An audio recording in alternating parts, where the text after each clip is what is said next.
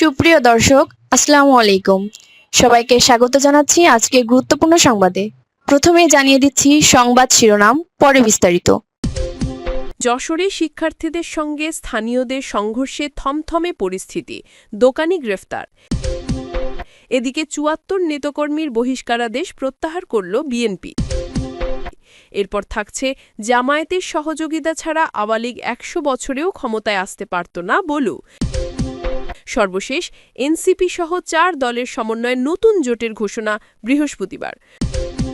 শুনছিলেন সংবাদ শিরোনাম, এখন বিস্তারিত। তার আগে ছোট্ট একটি আবেদন। একবার ভাবুন তো, রক্তে রঙিন গাজার মাটি, শিশুর কান্নায় কেঁপে উঠছে মানবতা। ইসরায়েলি আগুনে পড়ছে ঘর, মুছে যাচ্ছে হাসি, নিভে যাচ্ছে হাজার প্রাণের স্বপ্ন। এই অন্ধকার সময়ে যদি আপনি সত্যের পাশে থাকতে চান, যদি নিপীড়নের বিরুদ্ধে আপনার হৃদয় কেঁপে ওঠে, তাহলে এখনই আমাদের চ্যানেলটি সাবস্ক্রাইব করুন। কারণ আপনার একটা ক্লিক হতে পারে এক একটি নিরস্ত্র কণ্ঠের শক্তি। আপনার প্রতিটি সমর্থন, প্রতিটি মন্তব্য অন্যায়ের বিরুদ্ধে জ্বলে ওঠা এক একটি মশাল।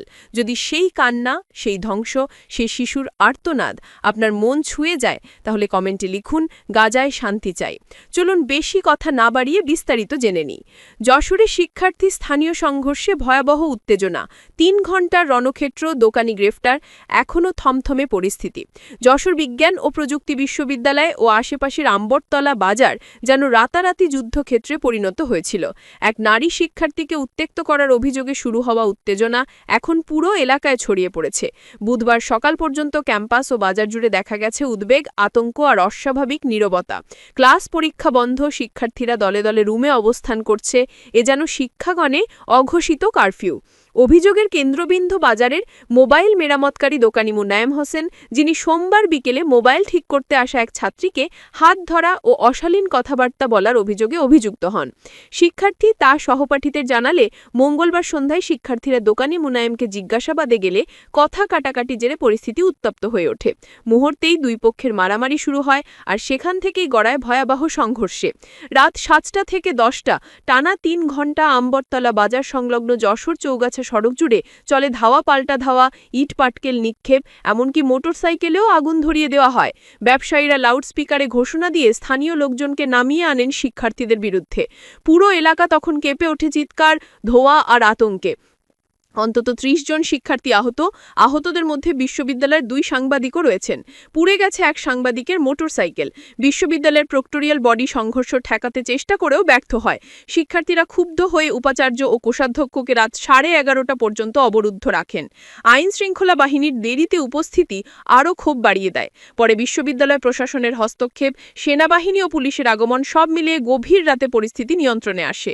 গ্রেফতারের প্রতিশ্রুতি দেওয়ার পর শিক্ষার্থীরা অবরোধ তুলে নেন। বুধবারও আম্বরতলা বাজার হাটের দিন হয়েও প্রায় অচল। অধিকাংশ দোকান বন্ধ, ব্যবসায়ীদের চোখে মুখে গ্রেফতার আতঙ্ক। সড়কে এখনও ছড়িয়ে ছিটিয়ে আছে ইট পাটকেল, যা আগে জাতের ভয়াবহতার সাক্ষী। ব্যবসায়ীরা দাবি করছেন শিক্ষার্থীরাই আগে ২ দফায় দোকানদারকে মারধর করেছে। অন্যদিকে শিক্ষার্থীদের অভিযোগ, নারী সহপাঠীকে উত্ত্যক্তকারীর পক্ষে স্থানীয়রা সংঘবদ্ধ হামলা চালিয়েছে। দুই পক্ষই এখন একে অপরকে দায়ী করছে। উপাচার্য প্রফেসর ড. আব্দুল মজিদ জানিয়েছেন, পরিস্থিতি নিয়ন্ত্রণে আইনশৃঙ্খলা বাহিনীর দেরিতে উপস্থিতি ছিল দুঃখজনক। শিক্ষার্থীদের নিরাপত্তা নিশ্চিত করতে আইনগত ব্যবস্থা নেওয়া হচ্ছে এবং বাজার কমিটির সঙ্গে জরুরি বৈঠক ডাকা হবে। অতিরিক্ত পুলিশ সুপারি আবুল বাশার জানান, অবস্থা এখন নিয়ন্ত্রণে।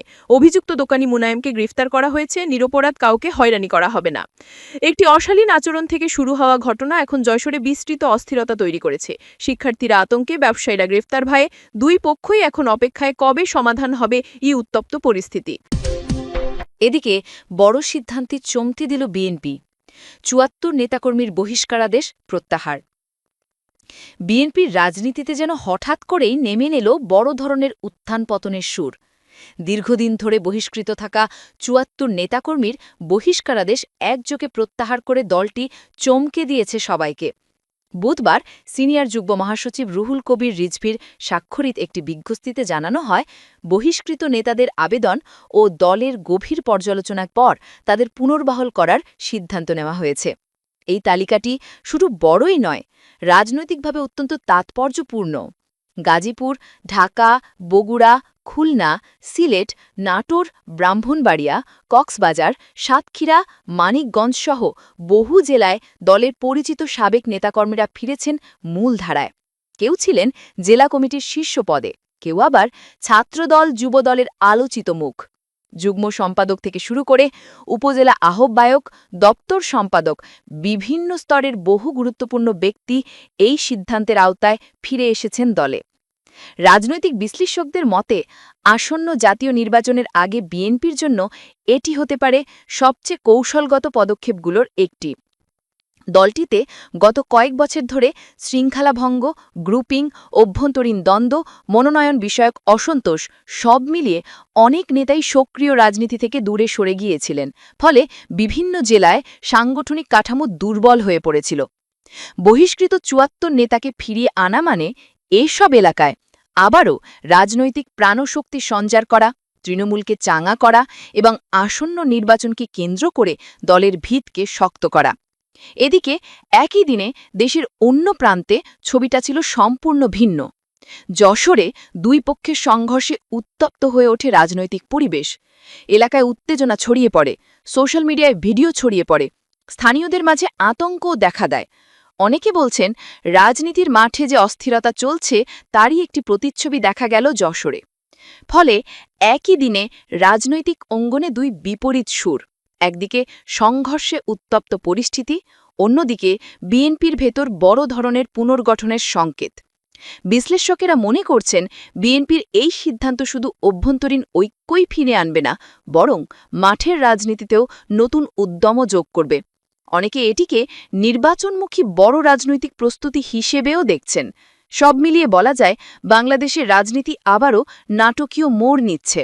সংঘর্ষ, উত্তেজনা, দলীয় পুনর্গঠন সব মিলিয়ে রাজনৈতিক আবহে যেন তৈরি হয়েছে নতুন এক উত্তেজনাপূর্ণ অধ্যায়। সর্বশেষ, এনসিপি সহ ৪ দলের সমন্বয়ে নতুন জোটের ঘোষণা বৃহস্পতিবার। আজ বেলা ১১টায় রাজধানী শাহবাগের শহীদ আবু সাইদ কনভেনশন হলে এই আত্মপ্রকাশ অনুষ্ঠান হবে। বুধবার বেলা ১১টায় রাতে বাংলাদেশ রাষ্ট্র সংস্কার আন্দোলনের প্রধান হাসনাত কাইয়ুম ও এবি পার্টির যুগ্ম সম্পাদক আনোয়ার শাহাদাত টুটুল ঢাকা পোস্টকে বিষয়টি নিশ্চিত করেছেন। অ্যাডভোকেট হাসনাত কাইয়ুম ঢাকা পোস্টকে বলেন, আমরা ৪ দলের সমন্বয়ে একটি রাজনৈতিক জোট করতে যাচ্ছি। যেহেতু সামনে নির্বাচন, সেহেতু জোটগতভাবে নির্বাচনে অংশ নেওয়া হবে।